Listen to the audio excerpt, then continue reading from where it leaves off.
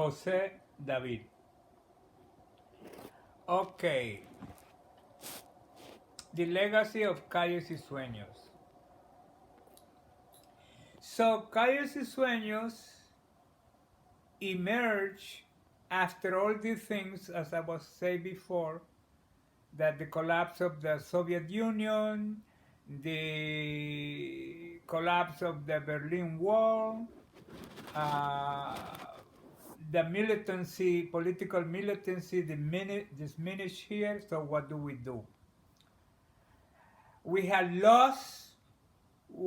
We felt the group that we had lost what we have gained in the 70s and 60s.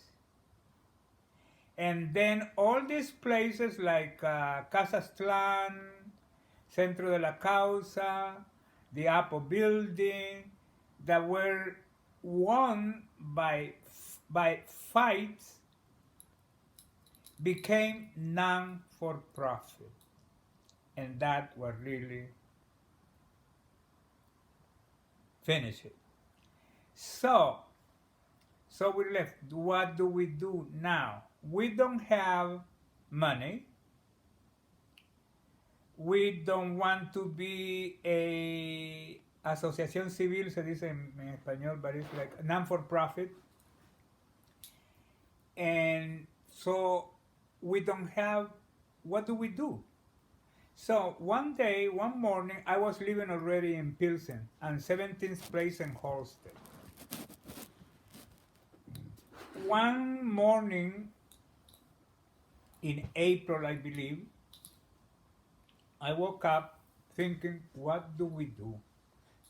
How can we open a space? How can we open a space? And I see this empty lot next to the building that was a building that burned, and so it was level, and well, there was a lot of maleza in there, and so I said, well, I think we're gonna do Calles y Sueños right there. And this is when I called Miguel, I called Jose Uribe, Marta Pedrosa, Carlos, and some others. And I said, look, we need to open our Calles y Sueños. And he said, why Calles y Sueños? Because the only thing we have are the streets and the dreams.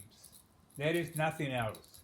So we start, and that's where the Calles y Sueños was born on 17th Place and Hostel, 719 West 17th Place. That spring, we start cleaning up the empty lot, and by June, we have it ready. We built the stage, we cleaned the area. I invited a lot of artists to participate in the first exhibit, and this was Casa de la Cultura a cielo abierto, which means open sky or something like that. And so we had the first exhibit. In that first exhibit, Berta Hausman participated, Rebecca Wolfen participated, the Puerto Rican Ortiz, Ginger Droblas, I don't know where she's at, Montserrat Alcina,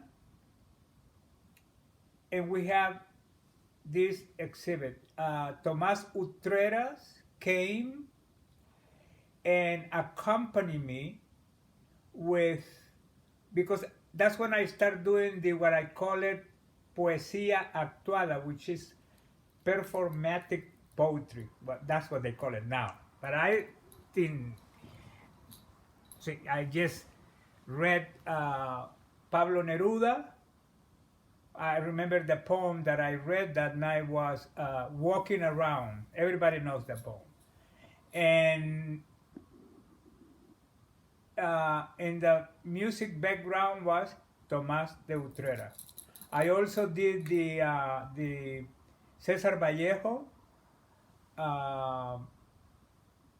España aparta de mí este cáliz, I think that's the name of the, so, and some others. And Tomás de Utreras was there. Okay, I got the pictures and everything. We used to have the gallery outside, and then we have La Gruta, which was the underground, which was the basement. And that's where, in case of rain, because a lot of times when we had these events, there was a rain came down, and everybody has to go to the basement, and that was fun. Anyway, so we started, and we invited, because one of the things we have already, we have already read Elisam Escobar's essay on culture. I can't remember the name of that essay, but that essay was the base of our way of doing work, where Elisams argue that we cannot be organizing like we did in the 60s and 70s, because these are the 80s. And something like that. And so I have the essay somewhere. I can't remember the name of the essay, but it has to do with that, how we can organize our exhibit. And I also came with the background influence from X Street Arena, the Hot House, the Puerto Rican Cultural Center, the Ruiz Belvis Cultural Center. And so I had the background.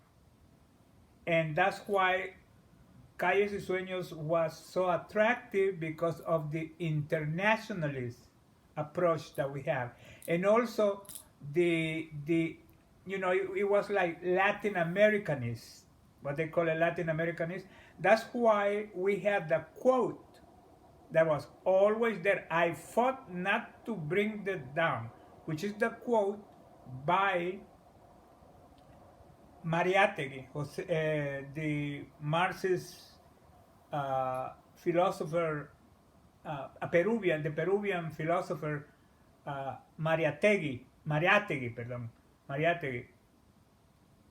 And that I was introduced to him, to his work, as a matter of fact, by Elisam Escobar. I didn't know who the hell Mariátegui was. And I read something that Elisam Escobar wrote, and I said, well, I had to find out who this guy is. And then I found out who he was. Okay, anyway, so that's how I'm not going to say that we were the first ones to do this. It was the first one in terms of the approach, but there were already other cultural spaces in Pilsen. Like they were opening the Taller de Grabado Popular, which that's when I met Nicolás de Jesus. That's when I met Nicolás de Jesus. But there was no cultural or artistic activity in Pilsen when we got there. There were already places like spaces, like Casastlan. El Centro de la Casa has already disappeared, I think. Apple, I don't know what went wrong with Apple.